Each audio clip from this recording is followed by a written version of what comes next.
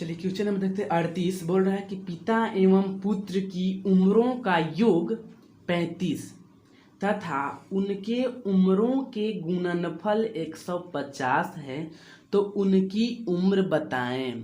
तो जैसे देखिए, सबसे पहले यहाँ तो मानना पड़ेगा कि पिता का उम्र कितना है और पुत्र का उम्र कितना है।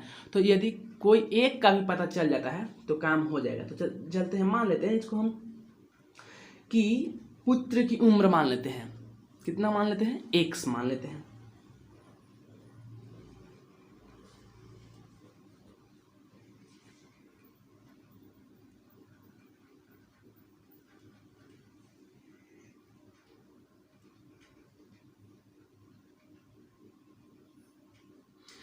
माना कि पुत्र की उम्र x वर्ष है। पुत्र की उम्र x वर्ष है। तो यदि मान लेंगे, थोड़ा सा आप समझिएगा कि जब x वर्ष है पुत्र का और जब पिता और पुत्र दोनों को जोड़ते हैं तब कितना आता है? 35 जोड़ते हैं तब। लेकिन जब 35 में से एक की उम्र x हो गया तो केकर बच गया? पिता का उम्र। तो जाहिर सी बात है कि माइनस होगा।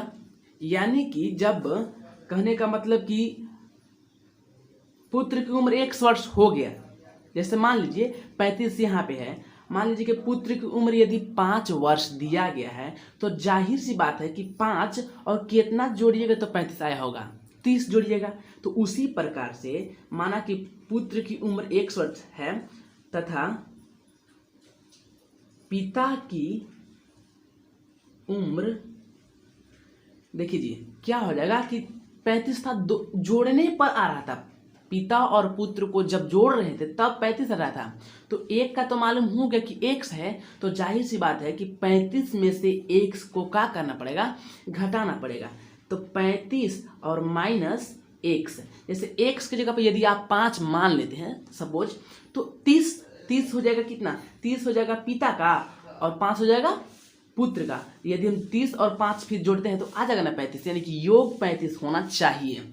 तथा उनके उम्रों के गुणनफल, तो देखिए उम्र पुत्र का 1 हो गया और पिता का इतना हो गया। तो जब गुणनफल मीन्स गुना, यानी कि इतना और इतना में गुना करेगा तो 150 आएगा। तो चलिए यहाँ पे हम प्रश्न से लिख देते हैं, प्रश्न से कि गुणनफल मीन्स गुना, इसलिए हम गुना कर रहे हैं। तो गुना जब करते हैं तो बोल रहा है कि यहाँ पे ना 150 आना चाहिए। तो इस प्रकार से हम चलते हैं अब। तो चलिए सिंपली कर लेते हैं। तो 35 और x में मल्टीप्लाई तो 35x माइनस x और x में मल्टीप्लाई तो x square is equal to 150। तो इसको हम ना क्या करते हैं कि माइनस से मल्टीप्लाई कर देते हैं, क्योंकि ये माइनस में नहीं होना चाहिए, प्लस में होना चाहिए, आसान होता है। तो चलिए माइनस से यदि दोनों तरफ हम मल्टीप्लाई करते हैं तो कोई दिक्कत होता नहीं है। तो चलिए यदि माइनस से मल्टीप्लाई किए तो ये हो गया प्लस, माइनस माइनस प्लस, तो इसलिए प्लस चिन्ह इसका, और इसका चिन्ह प्लस था पहले से, तो अब इसका चिन्ह हम लिख देंगे माइनस, और इसका चिन्ह प्लस था तो इसलिए हो गया माइनस। अब देखिए एक्स स्क्वायर माइनस 35x और माइनस इधर है बराबर की ये साइड, तो इधर आएगा तो प्लस हो जाएगा बराबर 0। अब यहाँ पे सिंपली हम मिडिल फैक्टर से तोड़ सकते हैं या फिर द्विघाती सूत्र का प्रयोग करते हुए हम इसको तोड़ लेंगे। तो देखिए जो होता है मिडिल फैक्टर यानी गुणनखंड विधि होता है, जो वह छोटे छोटे संख्या यदि रहेगा तो आपको आसान होता है, आप उससे भी कर सकते हैं। या फिर देखिए जोड़ने से आना चाहिए 35 और गुना करने से 150, है ना। तो ध्यान देंगे 30 और 5 कितना होता है? 35 होता है, और 30 बचे 150। तो चलिए सिंपल लग रहा है तो इसको हम मिडिल फैक्टर से बना सकते हैं। तो एक्स स्क्वायर माइनस एक्स, इसको क्या करेंगे तो 30 और 5 35, 30 और 5 35 और गुना करेंगे तो आ जाएगा। तो इस प्रकार से हम चलेंगे। तो एक्स स्क्वायर माइनस 30 और x में मल्टीप्लाई करेंगे तो 30x और माइनस माइनस प्लस माइनस और 5 और x में मल्टीप्लाई करेंगे तो 5x plus 150 is equal to 0। अब यहाँ पे कॉमन लेंगे x, क्योंकि इसमें 2 x है, इसमें 1 x है, इसलिए x कॉमन लिया गया। x खत्म यानी कि बच गया 30 अब देखिए यहाँ पे माइनस बचा तो माइनस लिखेंगे।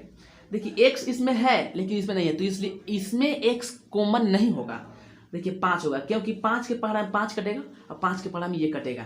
तो देखिए यदि 5 आ गया तो क्या बचा आपके पास x, और यहाँ पे माइनस यहाँ पे प्लस है, तो सिंपली हम मल्टीप्लाई करेंगे तो माइनस प्लस माइनस, और 5 के पहाड़ा कितना बार, तो 30 बार। अब ऐसे भी ये दोनों हमेशा सेम आना चाहिए, चिन्ह भी सेम आना चाहिए। अब देखिए इसको हम सिंपली करते हैं, ये दोनों एक गो मिल रहा है तो इसको एक ठो लिख दे रहे हैं, और बच गया x, ये -5 और बराबर 0। तो इसको अब यदि हल करेंगे तो अब बराबर के तुलना में करना, 0 के तुलना में, तो बराबर 0, यानी कि x बराबर 30 और x -5 बराबर 0, तो x बराबर 5, और दोनों ही संख्या आया है प्लस में, तो इसलिए दोनों ही आंसर होगा। तो ध्यान देंगे, अब जो x आया तो x क्या आया, x आपके पास जो आया है वो 5 है। तो जाहिर सी बात है कि पुत्र के जो उम्र है 5 है, पुत्र की उम्र 5 है और पिता की उम्र कितना हो जाएगा, तो 30 हो जाएगा। ध्यान देंगे, आप ऐसे कभी भी नहीं करेंगे कि पुत्र की उम्र 30 मान लेंगे और पिता की उम्र 5, गलती नहीं करेंगे, क्योंकि पुत्र पहले आता है, क्योंकि पुत्र बाद में आता है पिता के।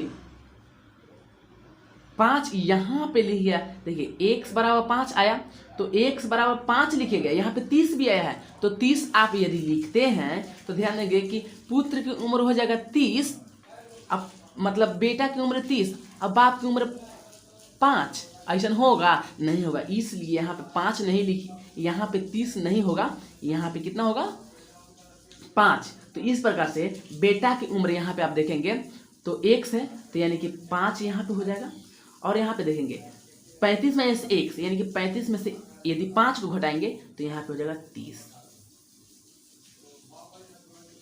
ठीक ना। अब यदि इसके अनुसार सवाल बनाएंगे तो देखिए बोल रहा था कि सवाल बोल रहा था कि पिता एवं पुत्रों का उम्रों का योग 35 है, तो देखिए इसको जोड़ दीजिए, 30 और 5 कितना होगा 35, और गुणनफल 150, तो 30